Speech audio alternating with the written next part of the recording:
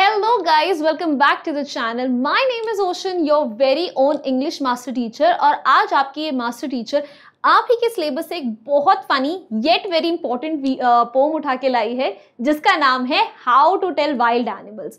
सो guys, अगर आप लोग सोच रहे हो कि इस पोम को स्किप कर देते हैं तो प्लीज ऐसा मत करना। डिफिकल्ट लग रही होगी ये पोम, कोई बात नहीं, आज हम इस पोम को डिटेल में समझेंगे। So this is the video for you because आज हम इसके स्टैंजा वाइज एक्सप्लेनेशन लेने वाले हैं, साथ ही साथ लिटरेरी डिवाइसेस डिस्कस करेंगे और थीम्स को भी नहीं छोड़ेंगे। So guys, welcome back to the channel. अगर इतना कुछ मिल ही रहा है इस चैनल पे तो जल्दी से वीडियो को लाइक कर दीजिए।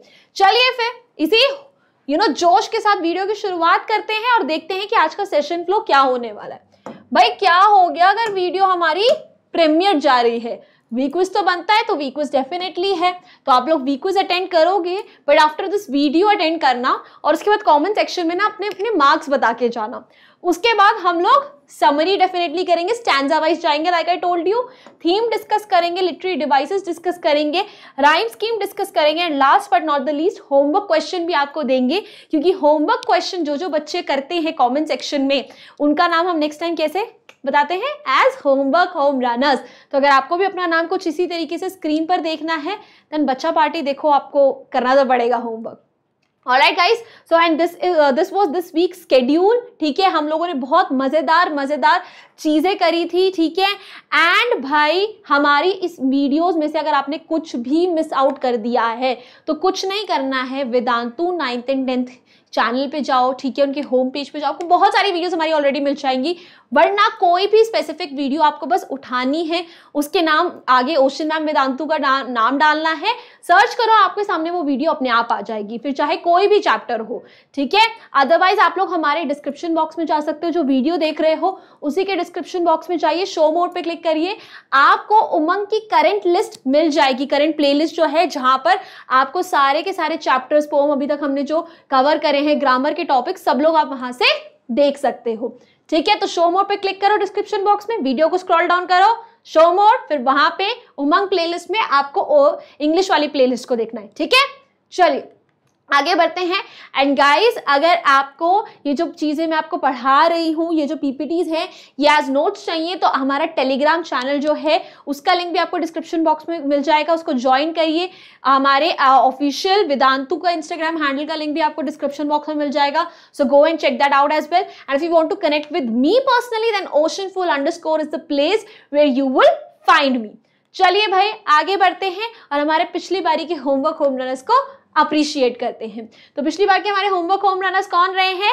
अंश and Vansh Tyagi, _justice 242, @dance pehchans 8398, VP Nihal, Amandeep Kaur, Aradhana Kumari and हिगात Yadav. Congratulations guys, good job. So अगर आपको भी अपना नाम कुछ इसी तरीके से स्क्रीन पर देखना है then watch this video until the very end and make sure कि आप अपना होमवर्क जरूर करके जाए। चलिए फिर आज का डोज ऑफ मोटिवेशन लेते हैं और आगे बढ़ते हैं। So if you ever feel like an animal among men, be a lion, ठीक है। अगर आपको लग रहा है कि आपके अंदर का जो जानवर है जो जाग रहा है, इंसान नहीं बच रहे हैं, तो भाई अगर कोई जानवर बनना ही है ना तो लायन बनो। लायन कैसा होता है?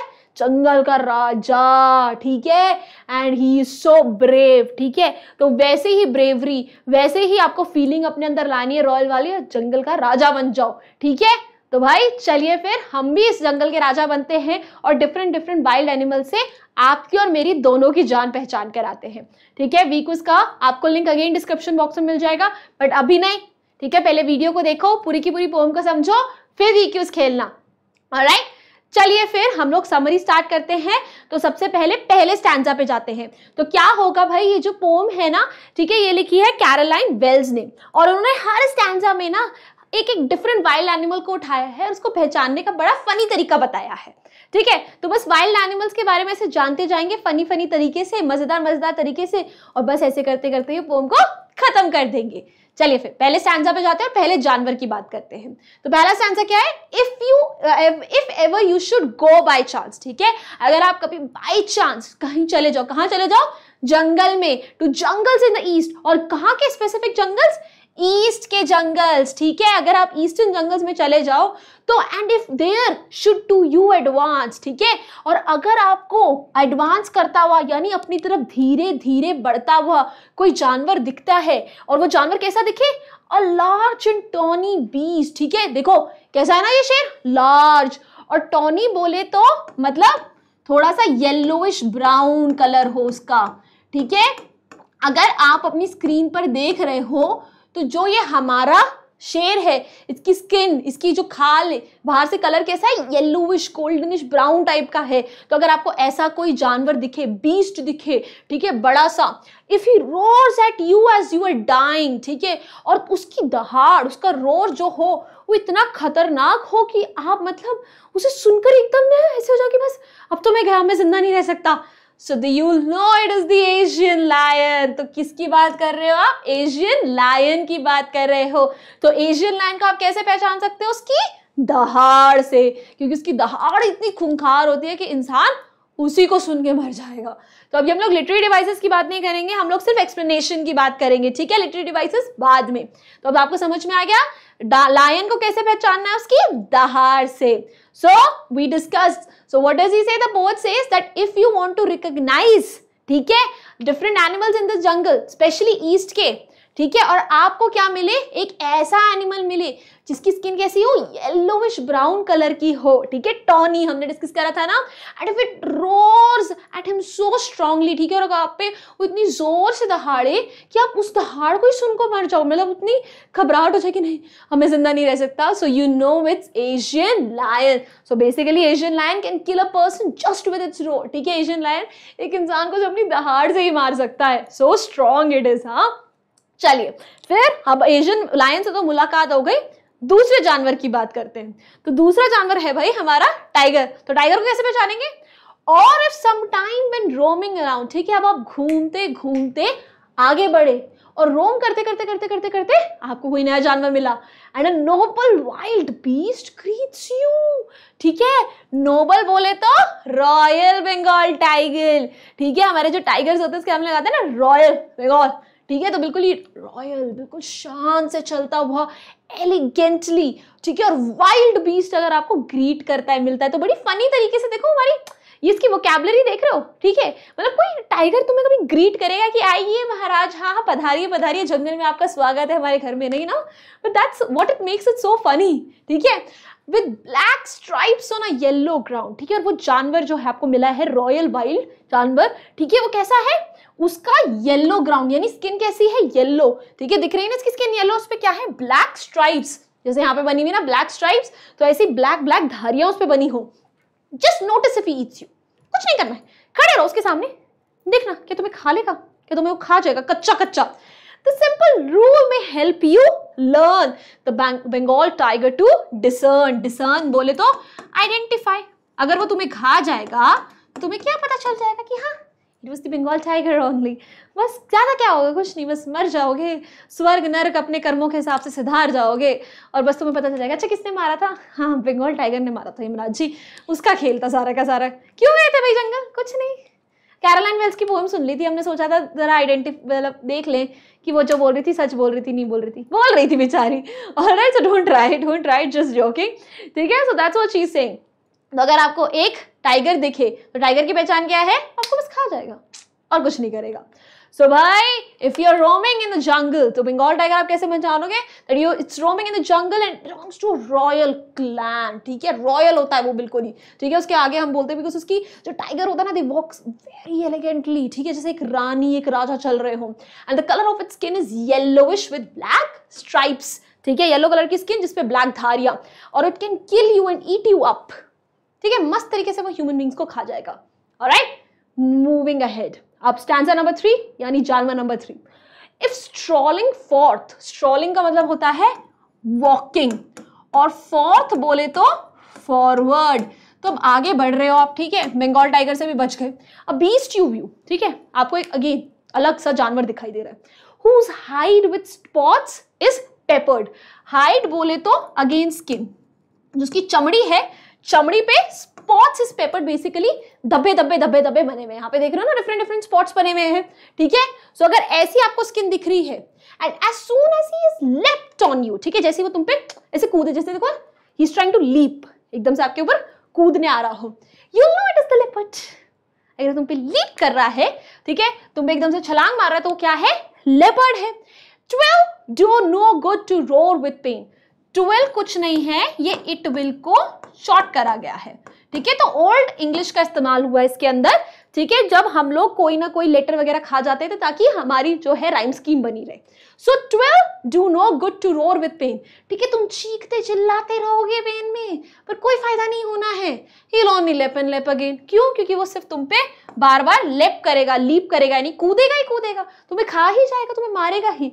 तो भाई अगर तुम इसके पंजे में एक बार फंस गए तब तुम्हारा बचने का कोई भी मौका नहीं है, ठीक है। चलिए फिर लेपर्ड को कैसे पहचानना है? उसके पेपर्ड स्पॉट से, ठीक है, और साथ साथ what will he do? He will leap on you. Alright, तो क्या पढ़ा हमने कि लेपर्ड जो है उसकी स्किन पे स्पॉट्स हैं, he is fast, he will leap and jump on its prey. और ये जंपिंग इंडिकेशन है कि वो कोई और नहीं बल्कि लेपर्ड ही है। और कोई फायदा नहीं है, ठीक है, कि अगर आप रो रहे हो, चीख रहे हो, it will only jump on you because you are its prey, तुम उसका शिकार बन चुके हो अब। सो नो फायदा, ठीक है। चलिए फिर अब आगे बढ़ते हैं स्टैंजा नंबर 4 यानी animal number 4। If when you are walking around your yard, और कभी अब तुमने सोच लिया कि यार जंगल में तो बहुत घूम लिया, तो क्यों ना मेरे यार्ड में यानी पीछे आंगन में ही घूम लेता हूँ, ठीक है। You meet a creature there, और वहां पे तुम्हें क्रीचर मिले, हो आइए आप मेरे घर में आए हैं, इस बार तो मैं आपके घर में नहीं आया, आप मेरे घर पे आए हैं। Who hugs you very very hard, ठीक है। तो जो बेयर होता है ना, वो अपने जानवर को से हग करता है और टाइटली हग करके ना उसको बिल्कुल ही मार देता है। सिमिलरली कुछ ऐसा ही, बस यहाँ पर ये ट्री ट्रंक को हग कर रहा है, इमेजिन कर लो तुम्हें हग करेगा तो क्या हो जाएगा, ठीक है। Be sure it is a bear.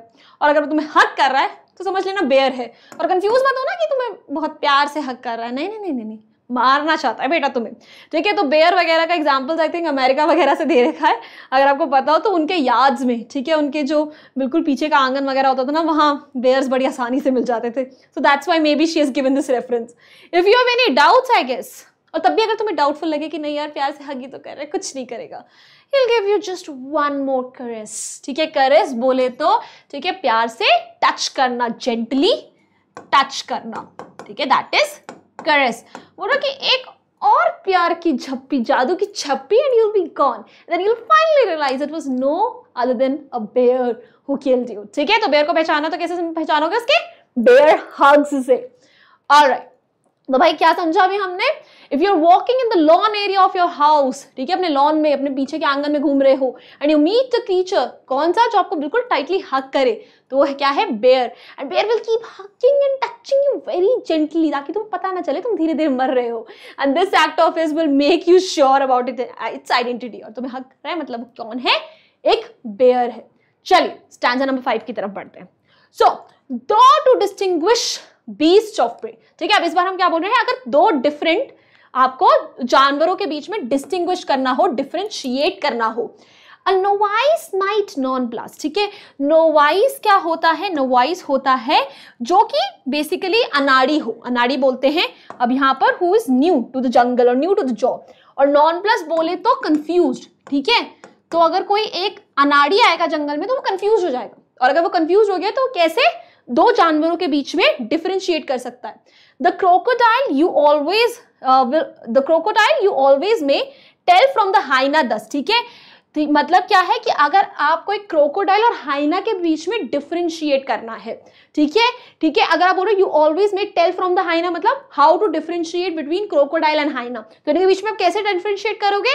Hyenas come with merry smiles, hyenas हंसती हैं, दिस इज अ हाइना, ठीक है। हाइना हंसते हैं। अगर आप कभी सर्च करो यूट्यूब पे तो आप हाइना की स्माइल सर्च करो, hyenas literally cry sorry smile, and they smile in a very creepy manner, I swear. And if they weep they are crocodiles, और अगर वो रोए तो क्रोकोडाइल्स है। तो क्रोकोडाइल्स क्या करते हैं, देखो वो पानी के अंदर होते हैं ना, जब वो पानी के बाहर निकल रहे होते हैं, सरफेस पे आ रहे होते हैं, तो उनके साइड से ऐसे ऐसे आंसू, जैसे पानी बह रहा होता है, ठीक है, वो पानी बह रहा होता है तो ऐसा लगता है कि as if they are crying, बोलते नहीं कि घड़ियाली आंसू, ठीक है, क्रोकोडाइल टीयर्स, तो वहीं से वो टर्म आया है, ठीक है, कि नकली आंसू। क्यों? क्योंकि जब क्रोकोडाइल पानी से बाहर निकलता है तो उसके साइड से पानी बहता है और ऐसा लगता है जैसे कि वो रो रहा हो, बट वो एक्चुअली नहीं रोता है। तो अगर वो हंस रहा है तो हाइना है, और रो रहा है तो क्रोकोडाइल है। Alright, so if you are not familiar with recognizing animals it will be a puzzle, ठीक है, आप कंफ्यूज हो सकते हो, ठीक है, क्योंकि आपको पता ही नहीं एनिमल्स कैसे कैसे हैं। तो कुछ एनिमल्स जो होते हैं वो दूसरे एनिमल्स को हंट करते हैं, खाना चाहिए, ठीक है, बीस्ट ऑफ प्रे, सब जो होते हैं कार्निवोरस, उन्हें शिकार तो चाहिए। और उनके बीच में डिफरेंस, ठीक है, दो ऐसे स्पेसिफिक एनिमल्स कौन है, हाइनास और क्रोकोडाइल्स, और उनके बीच में डिफरेंस क्या है, hyenas are smiling, crocodiles are always in tears, ठीक है। तो अगर रोते हुए दिखे तो क्रोकोडाइल्स, हंसते हुए दिखे तो हाइनास। आगे बढ़ते हैं, ठीक है, स्टैंजा नंबर 6 की तरफ बढ़ गए हैं, last stanza. The true chameleon is small, ठीक है, अगर आप chameleon, this is a chameleon, chameleon बोले तो गिरगिट, गिरगिट कैसा होता है, छोटू सा होता है, a lizard sort of thing, और कैसा दिखता है, जैसे छिपकली हो, ठीक है। He hasn't any ears at all, कान नहीं है उसके, देखो कहाँ है कान। सिमिलरली कमेलियन के भी कान नहीं होते हैं, and not a single wing, और उसके पंख भी नहीं होते, तो मतलब चिड़िया भी नहीं है, ठीक है, उसके कान भी नहीं है, क्या है फिर। And if there is nothing on the tree, और अगर तुम्हें ट्री पर, अगर तुम देख रहे हो और तुम्हें कोई जानवर नहीं दिख रहा है, TISS the chameleon you see, TISS बोले तो इट इज, ठीक है। और अगर तुम्हें कुछ नहीं दिख रहा है ट्री पे, मतलब तुम्हें कमेलियन दिख रहा है।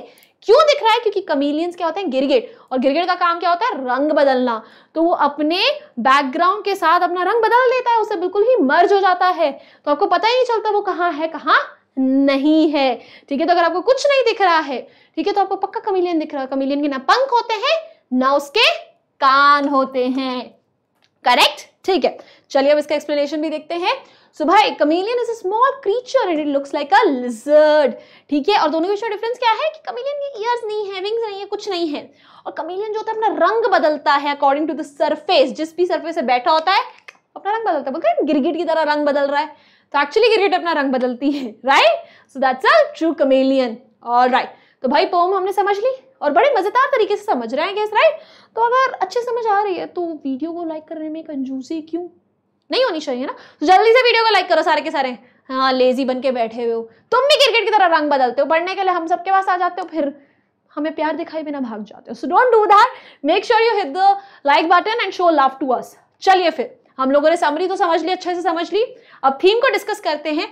थीम इसकी बड़ी ही लाइट है, बिकॉज पोम जो थी बहुत ही ह्यूमरस थी, फनी थी, ठीक है। तो थीम बेसिकली क्या डिस्कस कर रही है, डिफरेंट वाइल्ड एनिमल्स को डिस्कस कर रही है, बिकॉज पूरी पोम में क्या है, अलग अलग वाइल्ड एनिमल्स, उनको पहचानने के तरीके बताए गए हैं और उन्हें आप डिफर कैसे कर सकते हो। तो अनटेम्ड बोले तो वाइल्ड एनिमल्स की बात चल रही है, ठीक है, वो कैसे इंडिपेंडेंट होते हैं, जंगल में रहते हैं, ठीक है, और उनकी नेचुरल हैबिट्स के बारे में बताया जा रहा है कि उनकी स्किन ऐसी होती है, उनकी आदतें ऐसी होती हैं, and this is how you can identify different wild animals.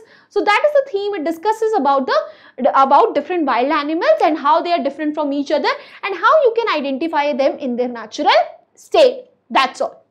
ठीक है। अब इसके बाद पोएटिक डिवाइसेस की बात करते हैं। लिटरेरी डिवाइसेस को समझ लीजिए, अच्छे से समझिए, बिकॉज इसके अंदर कई सारे इंपॉर्टेंट लिटरेरी डिवाइसेस भी हैं, ठीक है। सबसे पहले, सबसे प्यारा, ठीक है, दुलारा हमारा पर्सोनिफिकेशन आता है। सो इस पोम में पर्सोनिफिकेशन का इस्तेमाल हुआ है।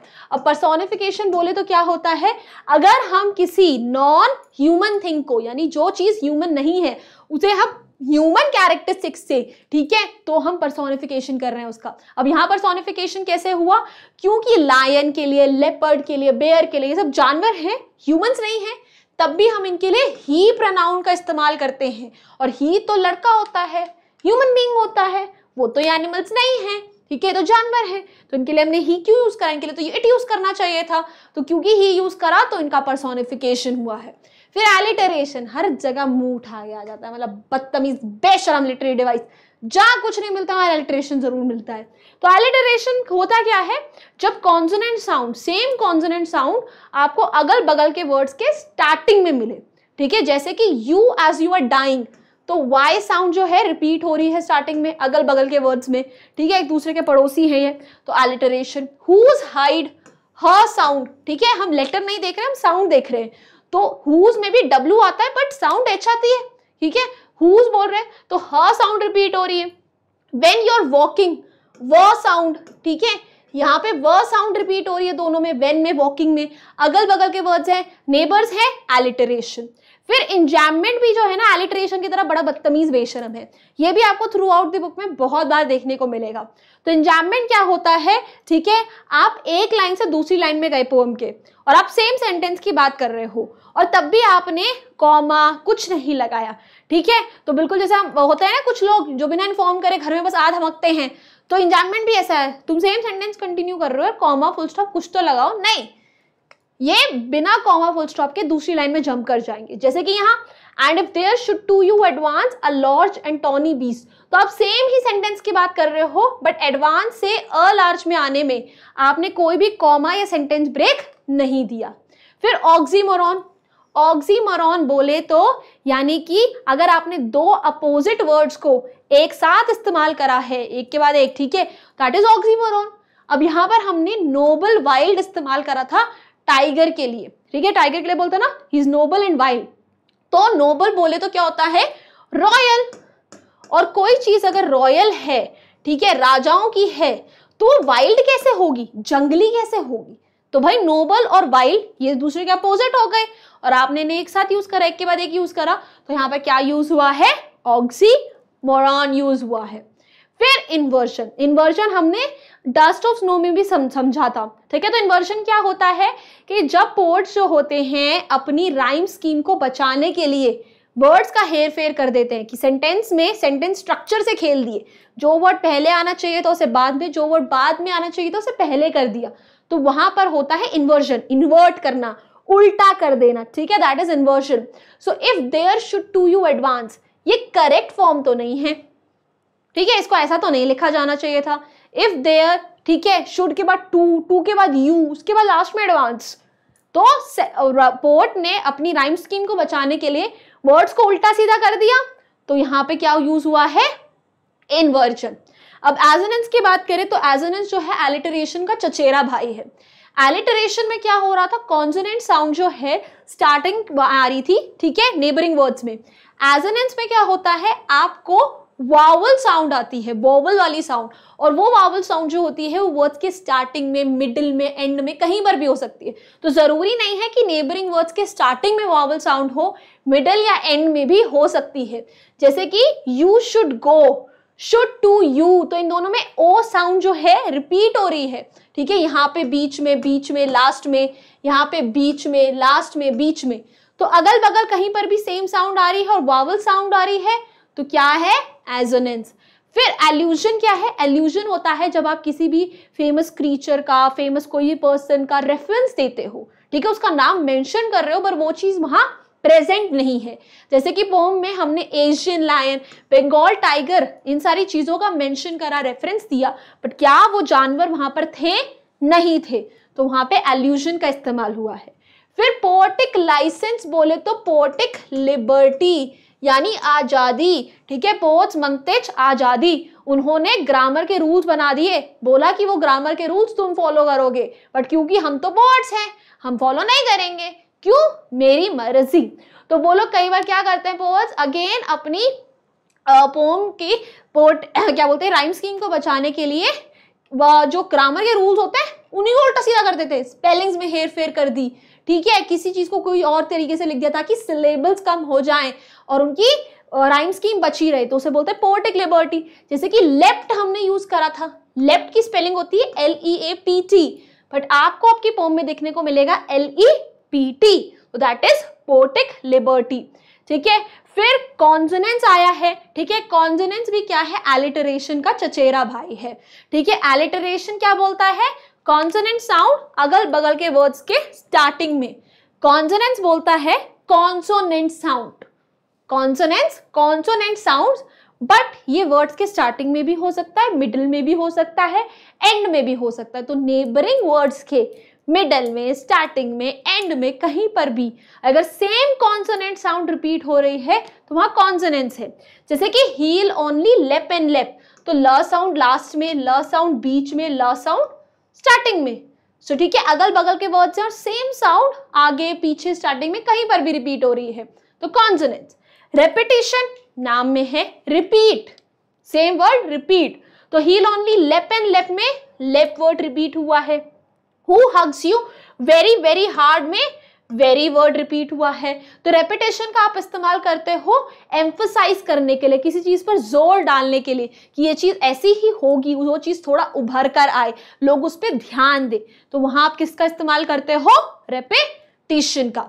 ठीक है, चलिए फिर आपको समझ में आए सारे के सारे आपके लिटरेरी डिवाइसेस। ठीक है, अच्छे से समझ में आ रहे हैं ना, तो जल्दी से वीडियो को लाइक करो प्लीज, प्लेज। ठीक है, अब लास्ट है, ठीक है, बस हम राइम स्कीम डिस्कस करते हैं, फिर होमवर्क क्वेश्चन देके वीडियो को समाप्त कर देंगे। तो राइम स्कीम क्या होती है, ठीक है, आप वर्ड्स देख रहे हो कैसे राइम करते हैं, तो हमेशा हम एंड वर्ड्स को देखेंगे, हर लाइन के एंड वाले वर्ड को देखेंगे। तो हमने एक स्टैंजा चुन लिया है, तो इसके अंदर है if ever should go by chance, तो चांस के साथ राइम हो रहा है एडवांस, तो दोनों को हमने दे दिया ए। फिर ईस्ट बीस्ट राइम हो रहा है, तो बी बी, और डाइंग लायन आपस में राइम हो रहा है, तो सी सी, तो राइमिंग स्कीम क्या बन गई, ए बी सी सी। ठीक है, तो दैट्स इट, और हर स्टैंजा की यही राइम स्कीम है आपकी, आप खुद भी चेक कर सकते हो। ऑलराइट, सो भाई हम लोगों ने आज क्या क्या करा, हम लोगों ने आज समरी समझी how to tell wild animals की डिटेल में, वो भी सारे के सारे स्टैंजास को डिस्कस करा, एक एक लाइन का मतलब समझा है, फिर हमने थीम को भी डिस्कस करा है, एक एक लिटरेरी डिवाइस को चुन चुन कर निकाला है, उनका भी डिस्कशन करा है, और लास्ट में राइम स्कीम को भी डिस्कस कर लिया है। So I think we covered a lot in today's session. Alright, तो भाई अब होमवर्क क्वेश्चन की बारी आती है। तो आज का आपका होमवर्क क्या है, You have to find the literary device used in the following line. तो आप ही की पोम जो अभी हमने पढ़ी है How to Tell Wild Animals, उसी में से हमने एक वो लाइन निकाली है, और अब आपको बताना है इस लाइन में कौन सा लिटरेरी डिवाइस यूज हुआ है। और if sometime when roaming round, हमने ये लिटरेरी डिवाइस ऑलरेडी डिस्कस कर लिया है, अब आपको बस छांटना है कि उन सब में से कौन सा लिटरेरी डिवाइस यहाँ यूज हुआ है। तो जल्दी से अपना जो आंसर है वो कमेंट सेक्शन में डाल दो if you want to see your name next time as homework home runners. So भाई ये रहा हमारा स्केड्यूल, मैं दोबारा आपके लिए रिपीट कर दूं, हम लोगों ने बहुत सारी मजेदार सेशंस इस बार डिस्कस करे हैं। Please go to our channel and do check them out, and if you enjoy the video, if you want to connect with us more, तो भाई इंस्टाग्राम हैंडल हमारा ये रहा। आपको इस वीडियो का इस पीपीटी के नोट्स चाहिए तो आपको टेलीग्राम चैनल हमारा ज्वाइन करना पड़ेगा, इसका लिंक भी आपको डिस्क्रिप्शन बॉक्स में मिल जाएगा। So please do that as well, and if you enjoyed this video, if you like this video, you know what to do. Just hit the like button, subscribe to the channel, share it with your friends as well, because education is one treasure that you should always share. ठीक है, तो एक ऐसा धन है जो बांटने से बढ़ता है. So go and share it with your friends and tell them कि ऐसी फन वीडियोस जो हैं वो आपको कितने आराम से बढ़िया कॉन्सेप्ट समझा सकती हैं. तो टाटा बाय बाय, हास्ता ला विस्ता, फिर मिलेंगे पढ़ते पढ़ते.